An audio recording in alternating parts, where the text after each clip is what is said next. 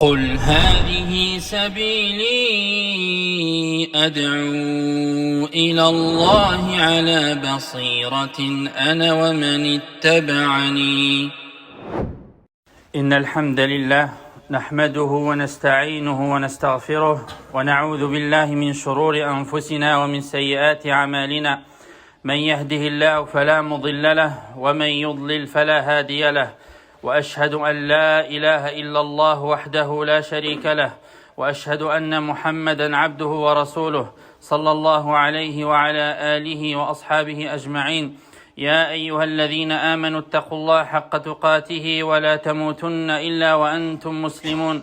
يا أيها الناس اتقوا ربكم الذي خلقكم من نفس واحدة وخلق منها زوجها وبث منهما رجالا كثيرا ونساء، واتقوا الله الذي تساءلون به والأرحام إن الله كان عليكم رقيبا. يا أيها الذين آمنوا اتقوا الله وقولوا قولا سديدا يصلح لكم أعمالكم ويغفر لكم ذنوبكم، ومن يطع الله ورسوله فقد فاز فوزا عظيما. أما بعد، فإن أصدق الحديث كتاب الله تعالى، وخير الهدي هدي محمد صلى الله عليه وسلم، وشر الأمور محدثاتها، وكل محدثة بدعة، وكل بدعة ضلالة، وكل ضلالة في النار. أما بعد، عباد الله، الزكاة فريضة من فرائض الإسلام وثالث أركانه، وهي قرينة الصلاة في كتاب الله تعالى فيما يقارب 30 موضعا، دل على وجوبها الكتاب والسنة والإجماع، ومن أنكر وجوبها فقد كفر وهو مرتد عن الإسلام والعياذ بالله، ومن بخل بها أو انتقص منها شيئا فهو من الظالمين المستحقين لعقوبة الله تعالى. قال الله تعالى: ولا يحسبن الذين يبخلون بما آتاهم الله من فضله هو خيرا لهم بل هو شر لهم سيطوقون ما بخلوا به يوم القيامة ولله ميراث السماوات والأرض والله بما تعملون خبير. Serviteurs d'Allah, sachez que la zakat est une obligation et une prescription parmi les prescriptions et obligations de l'islam. Elle est son troisième pilier et elle est le compagnon de la prière dans le livre d'Allah Azza wa Jal.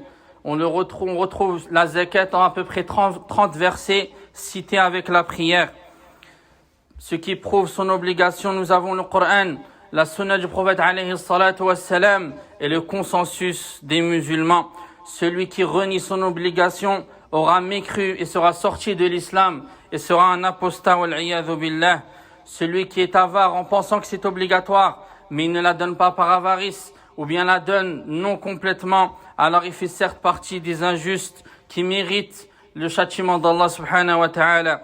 En effet, Allah Azza wa Jal dit dans le Coran, selon la traduction des sens du verset, que ceux qui se montrent avares des faveurs qu'Allah leur a accordées ne croient surtout pas que cela leur soit profitable. Cela leur sera au contraire préjudiciable. Le jour de la résurrection, les biens dont ils se seront montrés avares leur seront attachés autour du cou. C'est à Allah qui est parfaitement informé de vos agissements que reviendra alors l'héritage des cieux et de la terre. وأضرار منع الزكاة عباد الله وعذاب صاحبه عظيمة والعياذ بالله. فقد قال رسول الله صلى الله عليه وسلم: من آتاه الله مالا فلم يؤد زكاته مثل له يوم القيامة شجاعا أقرع، أي ثعبانا عظيما له زبيبتان يطوقه يوم القيامة ثم يأخذ بلهزمتيه أي بشدقيه يقول: أنا مالك أنا كنزك. رواه البخاري. وقال تعالى: والذين يكنزون الذهب والفضة ولا ينفقونها في سبيل الله فبشرهم بعذاب أليم يوم يحمى عليها في نار جهنم فتكوى بها جباههم وجنوبهم وظهورهم هذا ما كنزتم لأنفسكم فذوقوا ما كنتم تكنزون. Les méfaits de ceux qui se privent de donner la zakat et le châtiment de la personne qui se prive de donner la zakat sont énormes, qu'Allah nous en préserve. En effet, le prophète alayhi salatu wassalam dit dans un hadith authentique rapporté par l'imam al-Bukhari, celui à qui Allah a octroyé des biens dont il ne s'acquitte pas de sa zakat, c'est-à-dire de son aumône obligatoire, le jour de la résurrection, on lui amènera un serpent énorme, aqra', c'est-à-dire qu'il est de grande taille et qu'il n'a pas de poils sur le haut de la tête, et cela montre à quel point il est vémineux. Lahu zabibatan, il a 2 points noirs au-dessus de sa tête, il s'attachera à son cou et il l'attrapera par sa mâchoire et il lui dira « Je suis ton argent, je suis ton trésor ». Allah subhanahu wa ta'ala nous dit aussi dans le Coran, sur la traduction des sens du verset, « Ô vous qui croyez, beaucoup de rabbins et de moines dévorent les biens des gens illégalement et leur obstruent le sentier d'Allah à ceux qui thésaurisent l'or et l'argent et ne les dépensent pas dans le sentier d'Allah, annonce un châtiment douloureux. Ce sera un jour où cet or et cet argent seront chauffés au feu de la guéhenne, c'est-à-dire en enfer, wal-'iyadhu billah, puis brûleront leur front, leur flanc et leur dos. Voilà les trésors que vous avez amassés pour vous-même. Goûtez dans ce que vous amassiez. وقال النبي عليه الصلاة والسلام ما من صاحب ذهب ولا فضة لا يؤدي حقها إلا إذا كان يوم القيامة صفحت له صفائح من نار فأحمي عليها في نار جهنم فيكوى بها جنبه وجبينه وظهره كلما بردت أعيدت في يوم كان مقداره 50,000 سنة حتى يقضى بين العباد فيرى سبيله إما إلى الجنة وإما إلى النار رواه مسلم. تأمل يا عبد الله هذا العذاب الشنيع الطويل والعياذ بالله.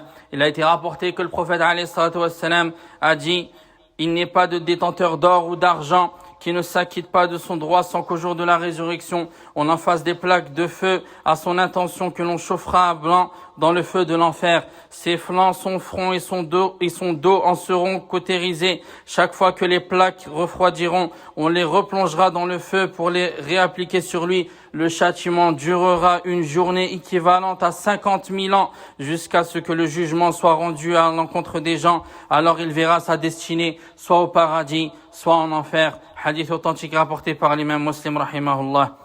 ومنها من أضرار منع الزكاة منع القطر من السماء الذي به حياة الناس والبهائم ونمو الأشجار والثمار فقد قال رسول الله صلى الله عليه وسلم ولم يمنعوا زكاة أموالهم إلا منعوا القطر من السماء ولولا البهائم لم يمطروا رواه ابن ماجه وحسنه الألباني.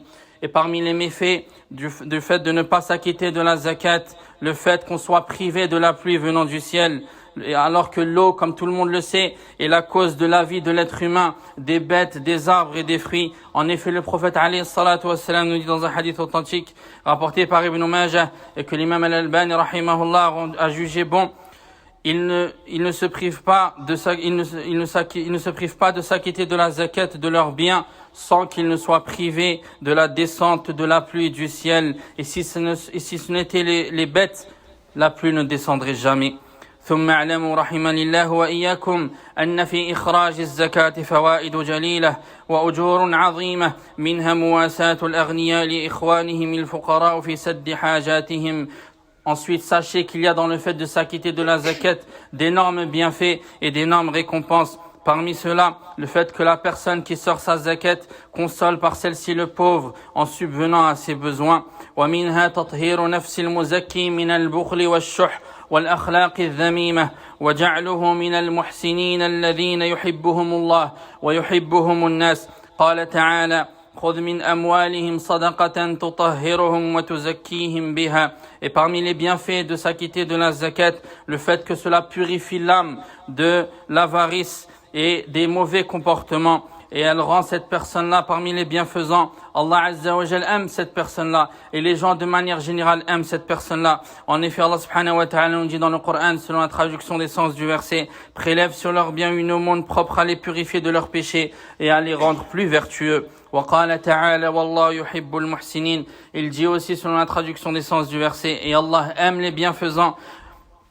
وكذلك من فوائد الزكاة أنها تسبب نماء المال وحلول البركة فيه. قال تعالى وما أنفقتم من شيء فهو يخلفه وهو خير الرازقين. Parmi les bienfaits de la zakat aussi, le fait que qu'elle est cause d'accroissement des biens et de la bénédiction. Allah subhanahu wa ta'ala nous dit sur la traduction des sens du verset: tout don que vous ferez par charité vous sera remplacé par votre Seigneur, le plus généreux des pourvoyeurs.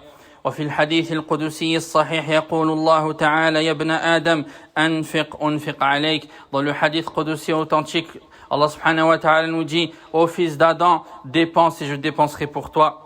عباد الله، قد قاتل الصحابة رضي الله عنهم مانع الزكاة بعد وفاة رسول الله صلى الله عليه وسلم حتى خضعوا لدفعها والتزموا بأحكامها، وذلك لعظيم شأنها ومكانتها. فقد قال أبو بكر الصديق رضي الله عنه: لأقاتلن من فارق بينها، يعني بين الزكاة والصلاة، فإنها لقرينة الصلاة في كتاب الله.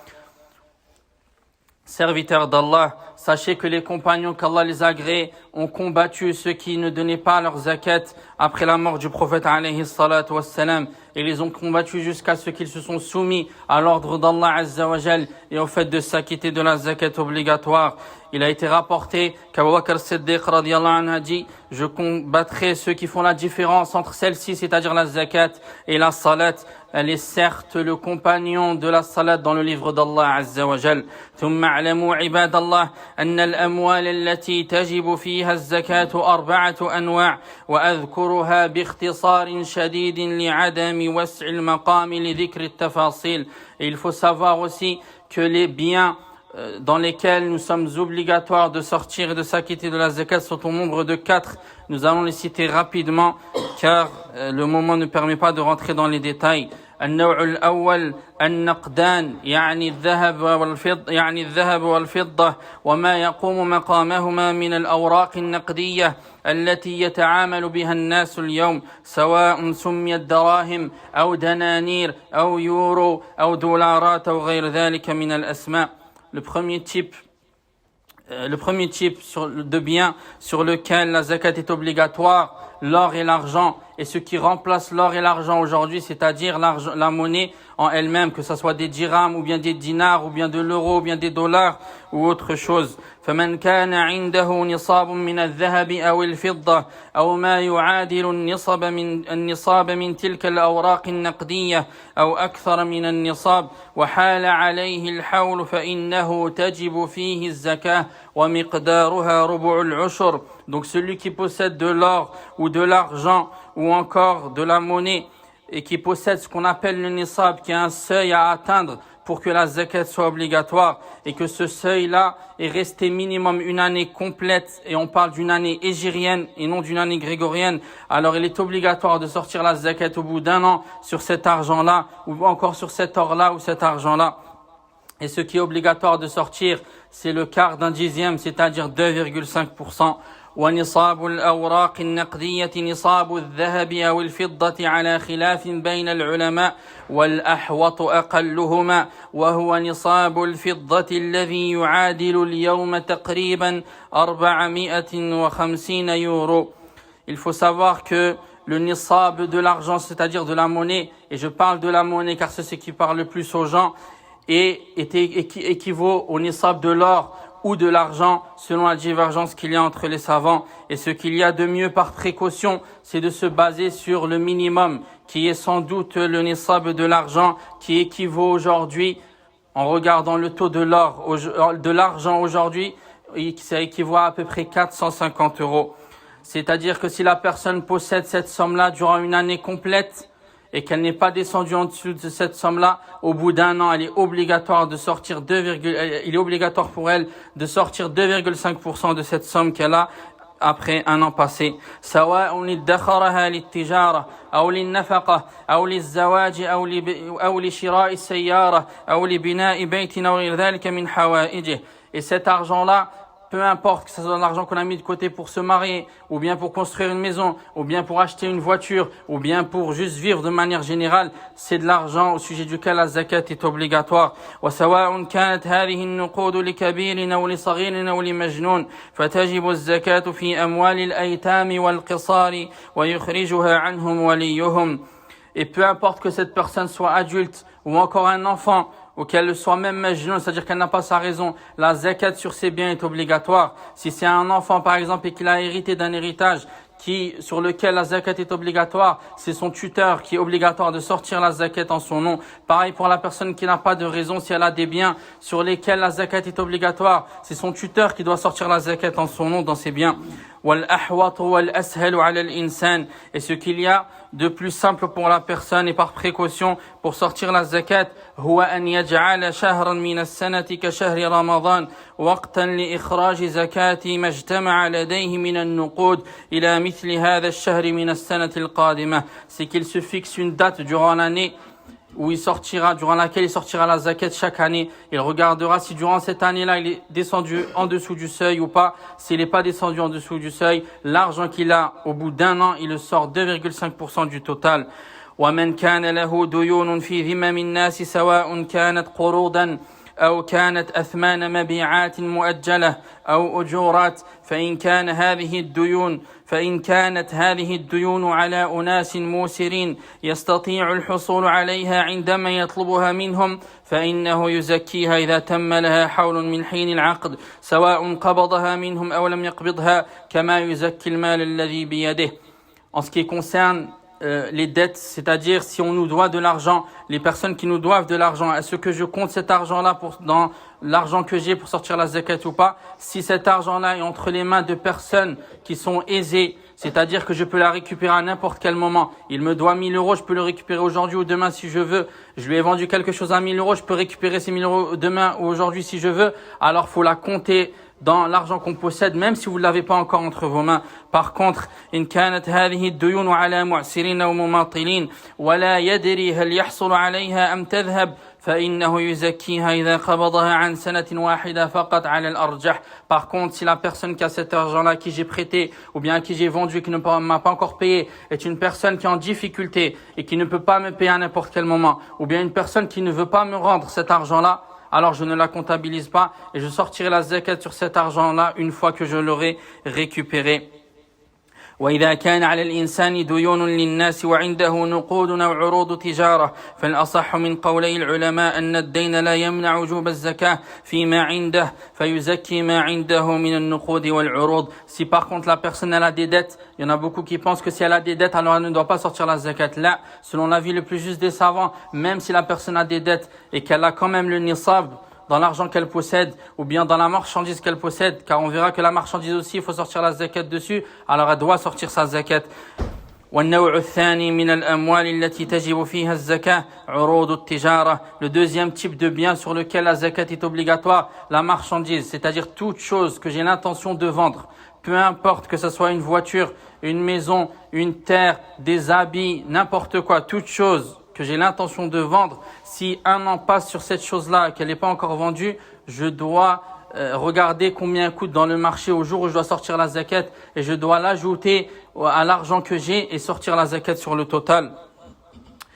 عروض التجارة تضاف إلى النقدين في إخراجها وهي السلع المعروضة للبيع طلبا للربح كالأقمشة واللباس والسيارات والأراضي والعمارات ومحتويات البقالات من أنواع الأطعمة والأشربة ومحتويات الصيدليات من الأدوية والأدوات الطبية وأدوات البناء بأنواعها وكل ما أعد للبيع فإنه عند تمام الحول عليها يقومها أي يقدر قيمتها التي تساويها عند تمام الحول ويخرج ربع العشر من القيمة المقدرة. Donc je le répète, en ce qui concerne les choses qui sont dédiées à la vente, s'il y a une année complète qui passe sur cette marchandise-là que j'ai, que ça soit dans une boutique, que ça soit chez moi, que ça soit sur un site internet, etc., je dois totaliser et faire l'inventaire de tout ce que j'ai et regarder combien ça coûte si je le vends aujourd'hui.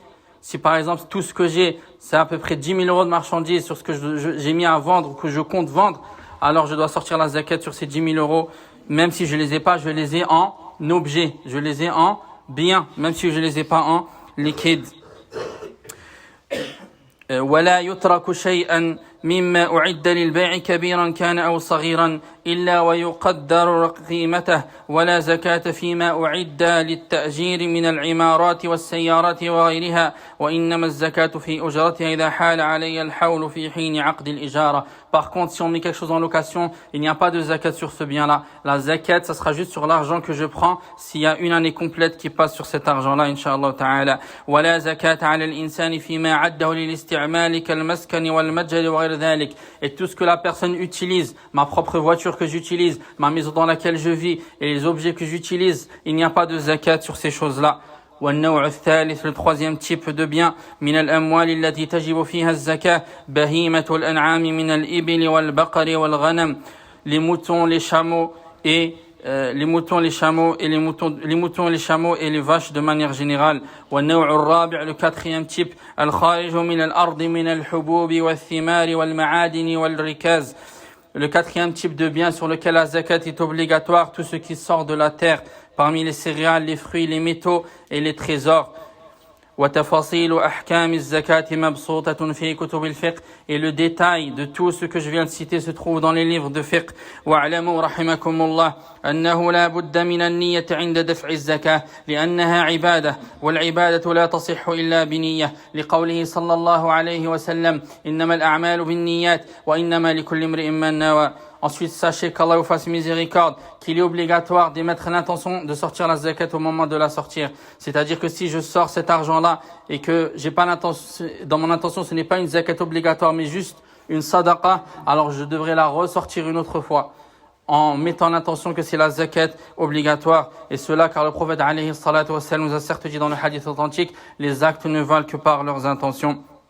فينوي عند دفعها أنها زكاة ولو دفع أموالا وهو لم ينويها زكاة لم تجزئ. ويجب على المزكي أن يخرج الزكاة بنفس طيبة وكراهية إخراج الزكاة من علامات النفاق. قال تعالى يا أيها الذين آمنوا لا تبطلوا صدقاتكم بالمن والأذى. وقال تعالى ولا يأتون الصلاة وقال تعالى عن المنافقين ولا يأتون الصلاة إلا وهم كسالى ولا ينفقون إلا وهم كارهون. Et il est obligatoire pour la personne qui s'acquitte de sa zakat de la sortir avec plaisir et non en détestant cet acte-là, car certes le fait de la sortir en détestant cet acte-là fait partie des sifat des munafiqin, fait partie des caractéristiques des hypocrites. Allah Azza wa Jalla nous dit dans le Coran sur la traduction des sens du verset: ô les croyants, n'annulez pas vos aumônes par un rappel ou un tort. Et il dit aussi: ils ne se rendent à la prière, en parlant des munafiqin, des hypocrites, ils ne se rendent à la prière qu'avec paresse et ne dépensent leurs biens qu'à contre-cœur.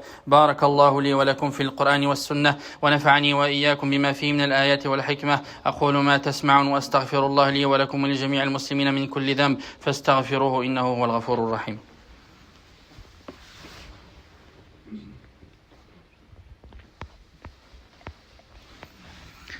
الحمد لله رب العالمين له الحمد في الآخرة والأولى أغنى وأقنى ووعد من أعطى وأتقى وصدق بالحسنى أنه سييسره لليسرى وتوعد من بخل واستغنى وكذب بالحسنى أنه سييسره للعسرى وأشهد أن لا إله إلا الله وحده لا شريك له له الأسماء الحسنى وأشهد أن محمدا عبده ورسوله صاحب الأخلاق العليا صلى الله عليه وعلى آله وأصحابه الذين استمسكوا من الإسلام بالعروة الوثقى وسلم تسليما كثيرا. أما بعد، أيها المؤمنون، اتقوا الله تعالى واعلموا أن ما تخرجونه من الزكاة وغيرها من الصدقات بنية خالصة ومن كسب حلال أنه يكون قرضا حسنا تقرضونه ربكم وتجدون مدخرا لكم ومضاعفا أضعافا كثيرة مع ما يخلف الله لكم في الدنيا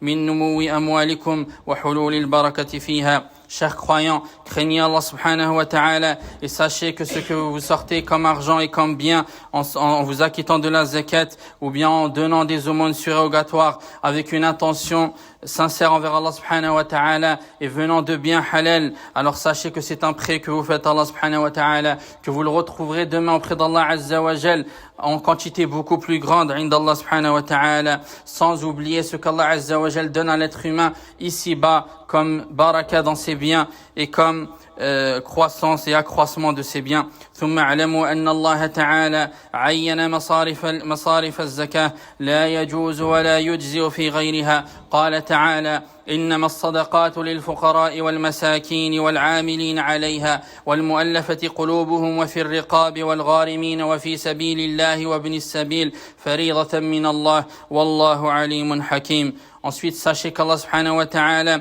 a fixé les personnes qui ont droit à la zakat.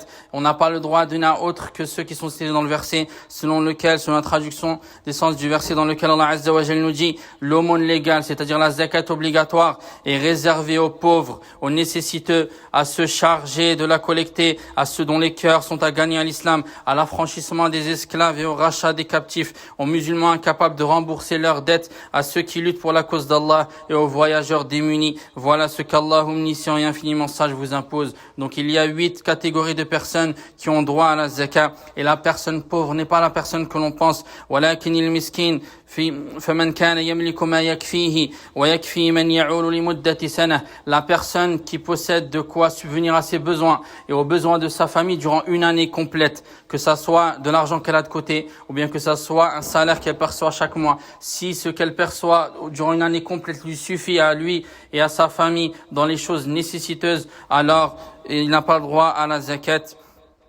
وكذلك من كان عنده القدرة على الكسب الذي يكفيه وهناك فرص للكسب. Il en est de même pour la personne par exemple qui ne travaille pas mais qui a la force de travailler et qui peut avoir un moyen d'avoir sa subsistance et qui ne le fait pas, alors qu'il y a largement des postes à avoir et des possibilités d'avoir sa subsistance. Cette personne-là aussi n'a pas le droit à la zakat.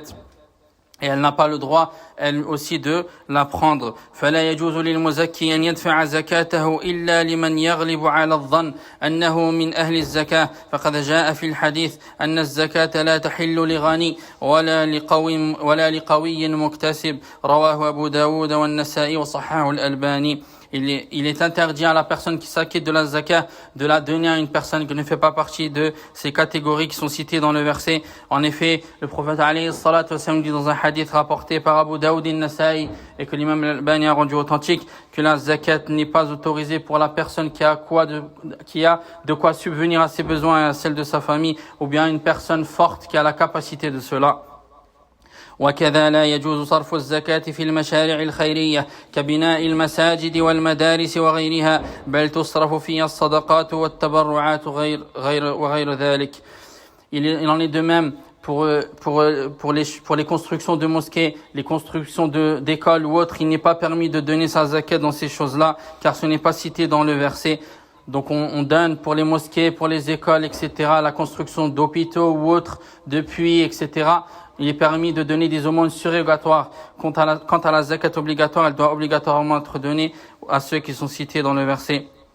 ولا يجوز دفعها إلى أصوله ولا إلى فروعه ولا إلى زوجته أو إلى أحد ممن تلزم نفقته. Il n'est pas permis aussi de la donner à ses parents ou ses grands-parents, etc., ni à ses enfants, ni à son épouse. Pourquoi? Car il est obligatoire de subvenir à leurs besoins. Je suis obligé de dépenser pour mon épouse, pour mes enfants et pour mes parents s'ils sont dans le besoin. Pas avec la zakat, mais avec l'autre argent. La zakat est dédiée aux autres personnes qui sont citées dans le verset. وكذلك ليكن إخراج الزكاة وصرفها وسائر عباداتكم يا عباد الله على مقتضى كتاب الله وسنة رسول الله صلى الله عليه وسلم فإن خير الحديث كتاب الله وخير الهدي هدي محمد صلى الله عليه وسلم. Que chacun s'acquitte de sa zakat selon ce qu'Allah Azza wa Jal nous a appris, nous a enseigné dans son livre et nous a enseigné aussi le prophète alayhi salatu wassalam dans sa sunna, car la meilleure des paroles est certes la parole d'Allah et la meilleure des voix est celle la voix du prophète alayhi salatu wassalam. فاتقوا الله عباد الله وتعلموا أمور دينكم عموما وأحكام الزكاة خصوصا فهي فرض وركن يجب على كل مسلم ومسلمة تعلم أحكامها حسب حاله. Craignez Allah subhanahu wa ta'ala aux serviteurs d'Allah et apprenez votre religion et apprenez les jugements de la zakat, car la zakat est certes une obligation pour tous et la zakat est certes le 3e pilier de l'islam. Donc il convient à tous de s'instruire sur le sujet et d'aller chercher pour savoir s'il doit sortir sa zakat ou pas. ثم اعلموا رحمني الله وإياكم أن الله تبارك وتعالى أمرنا بأمر شريف بدأ فيه بنفسه ثم ثنى بملائكته ثم ثلث بكم أيها المؤمنون فقال: إن الله وملائكته يصلون على النبي يا أيها الذين آمنوا صلوا عليه وسلموا تسليما. اللهم صل وسلم وبارك على عبدك ورسولك محمد وعلى آله وصحبه أجمعين كما باركت على إبراهيم وعلى آل إبراهيم إنك حميد مجيد. وبارك على محمد وعلى آل محمد كما باركت على إبراهيم وعلى آل إبراهيم إنك حميد مجيد. وارض اللهم عن الخلفاء الأربعة أبي بكر وعمر وعثمان وعلي وعن سائر الصحابة أجمعين وعنا معهم يا أكرم الأكرمين ويا أرحم الراحمين. اللهم أعز الإسلام والمسلمين، اللهم أعز الإسلام والمسلمين، اللهم أعز الإسلام والمسلمين وأذل الشرك والمشركين.